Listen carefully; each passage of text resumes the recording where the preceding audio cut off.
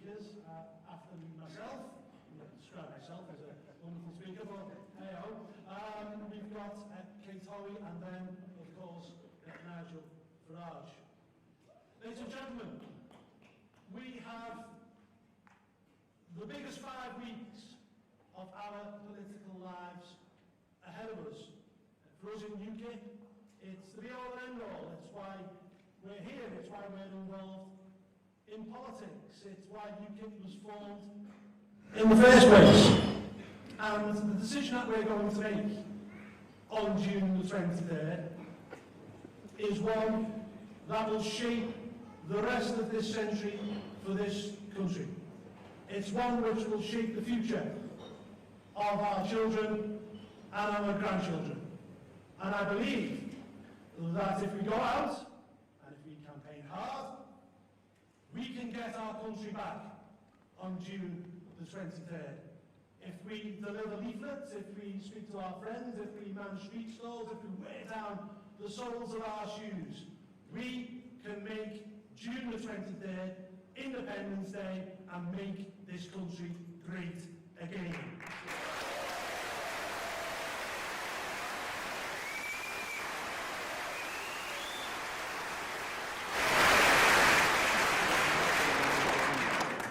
But this isn't just about shaping the future. This is about righting the wrongs of the past. Back in 1975, the Bolton government called a referendum on our membership of what was then the European Economic Community. And the establishment lined up just as they're doing today. You had your Roy Jenkins from the Labour Party, you had, of course, Margaret Thatcher, who was the new Conservative Party leader, you had Ted Heath, and you had Jeremy Thorpe from the Liberal Party, and they all told the British public, we must stay in, because this is all about trade and nothing else. And you had the other side, those who wanted to leave, made up from people on the right, like Enoch Powell, made up from people on the left, like Tony Benn and Michael Foot. And they said, no, this isn't just about trade, this is about a pooling of sovereignty. This is about the embryo of a superstate. And they were telling the truth, because since then, we've seen what's happened. We've had a single European Act, we've had the Maastricht Treaty, Nice, Amsterdam, indeed the Lisbon Treaty.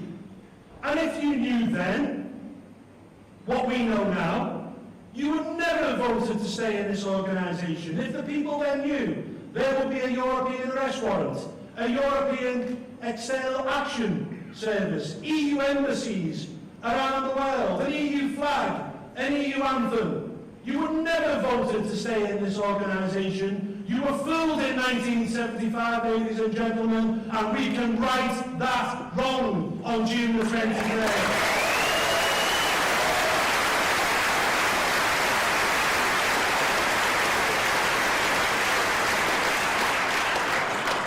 Now we are halfway through this campaign, and I believe that we have the establishment worried. And the proof really is in the pudding. They're calling out all of their friends to back the Remain campaign.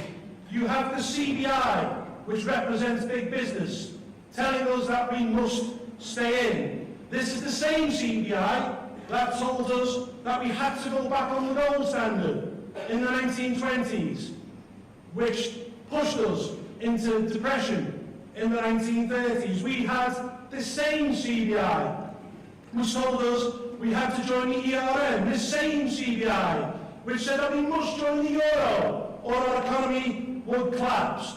They've been wrong on everything, ladies and gentlemen, and they're wrong on telling us to remain.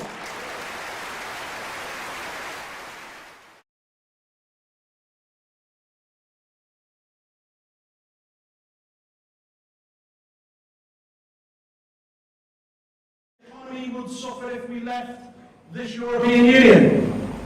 A Canadian governor of the Bank of England, an ex-Goldman Sachs employee. And who are Goldman Sachs funding? Of course, the Remain campaign.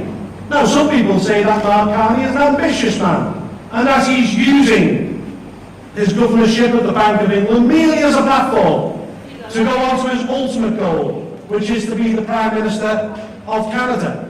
Well, I say this to you, Mr. Carney. If you were Prime Minister of Canada, would you hand over control of your borders to Washington? Would you hand over massive amounts of money to Washington? Would you hand over control of over half your laws to Washington? The answer is no. So if it's not good enough for Canada, Mr. Carney, it isn't good enough for Britain.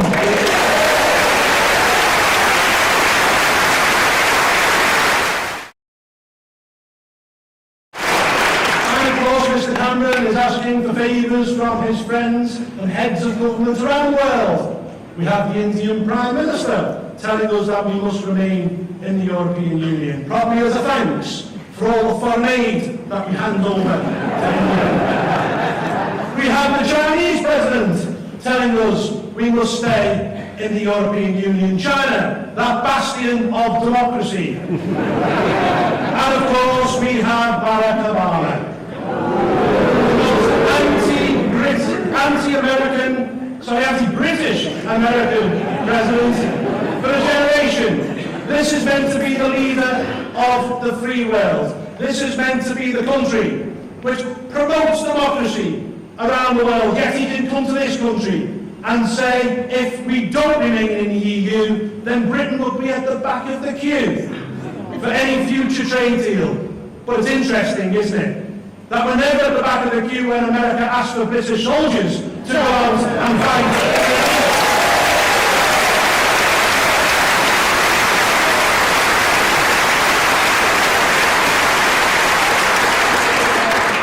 And what I want people to remember when they go to vote on June the 23rd is that you're not voting for a European Union as it is today. You're voting for a European Union in the future. And what will that look like? Well, you look at the euro at the moment. Greece is on the cusp of bankruptcy. A bailout is just down the line. You have Italy, which has had no growth whatsoever for the past 10 years, has 40% youth unemployment. Who knows? Italy could go next. And if Italy goes, it's too big to bail. We have an EU which is open now about its ambition for an EU army. When Nigel got up on the platform in 2014 and debated with Nick Clegg, and he spoke of the dangers of an EU army, Mr. Clegg called Nigel a dangerous fantasist. Well, now they speak about an EU army openly on the floor of the European Parliament. And we're not just talking MEPs here. The President of the European Parliament, Mr. Schulz, has spoken about it. The President of the European Commission, Jean-Claude Juncker, has spoken about it. We do not want to see our armed forces as any part of an EU army. We are a sovereign state. We should keep our own army.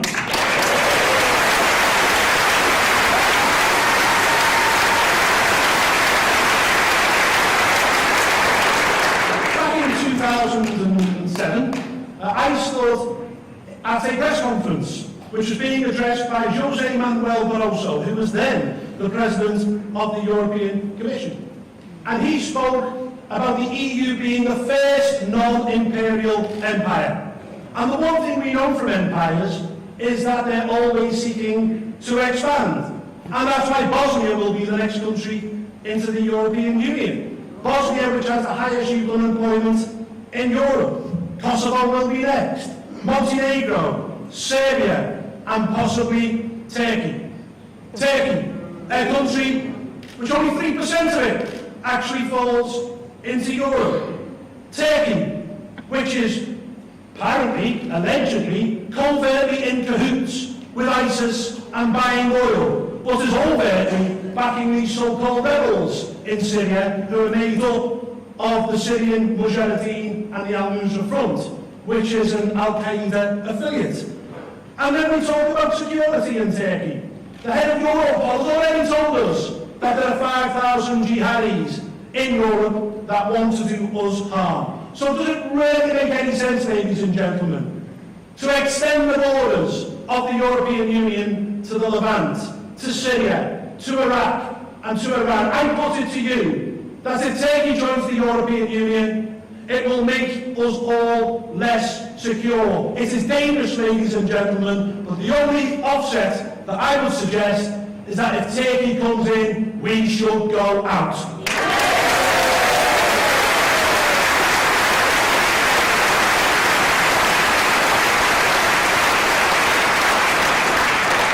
But what is this European Union of today? Well, it's a European Union that tells us we have to open our borders to the whole of the EU. Indeed, the government's official statistics tell us that 257,000 people came from within this European Union to this country last year. But then the Office of National Statistics tells us it was 800,000. So one of two things is going on here. Either the government are lying to you, the people, or they are so incompetent that they've lost a city the size of Liverpool. We know that this uncontrolled mass immigration is driving down wages in working class communities. The GMB Union has told us this, and the Bank of England too. This morning, I was in the European Parliament and Gordon Brown came to visit us. And I had the opportunity to ask Mr. Brown a question. And I said, Mr. Brown, back in January 2009, you spoke about the need for British jobs for British workers. That was illegal at the time, under European law. It still is. And I asked this question, Mr. Brown, is it still illegal? And do you still believe in British votes for British workers? Well, he couldn't answer that question. But I will tell you this now. When we say we want British jobs for British workers, we mean it.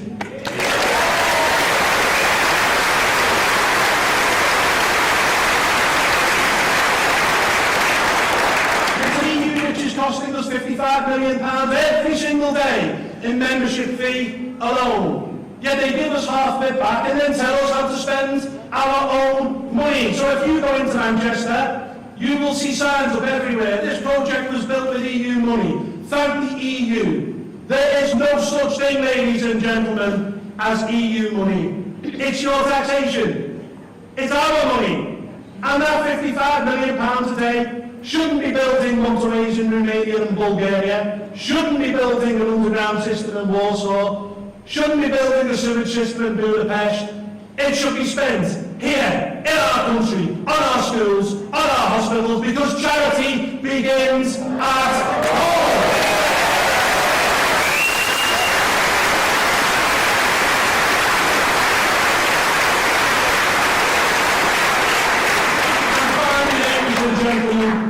This is not a democratic organisation.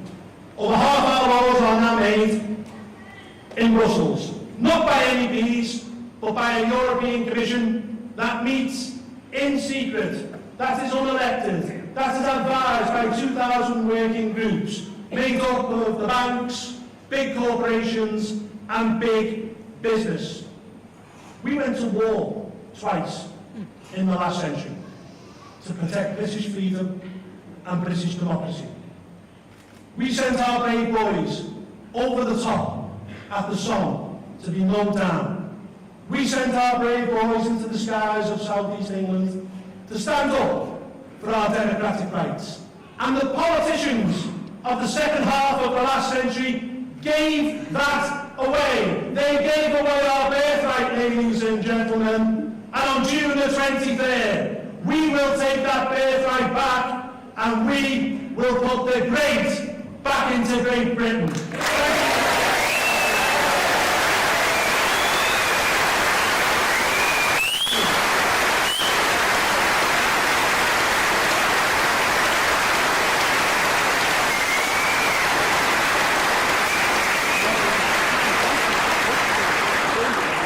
Now, ladies and gentlemen, before I introduce the next speaker, I will hand over to a video.